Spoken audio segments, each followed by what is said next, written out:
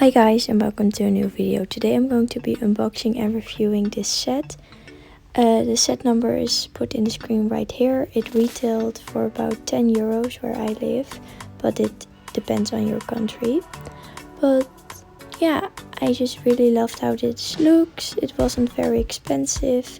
So let's take everything out, start setting it up, and I will talk to you guys when it's all set up.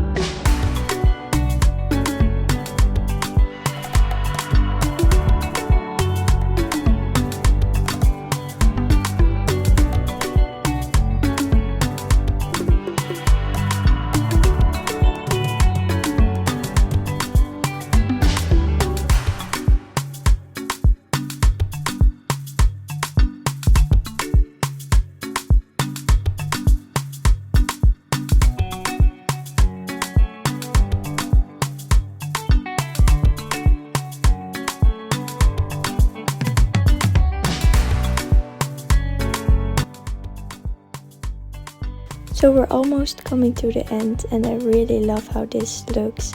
I love all of the little animals. I like that it comes with 2 children and comes with quite a lot of pieces for the price, so I definitely recommend this set. Hope you enjoyed this video, and I will see you in the next one.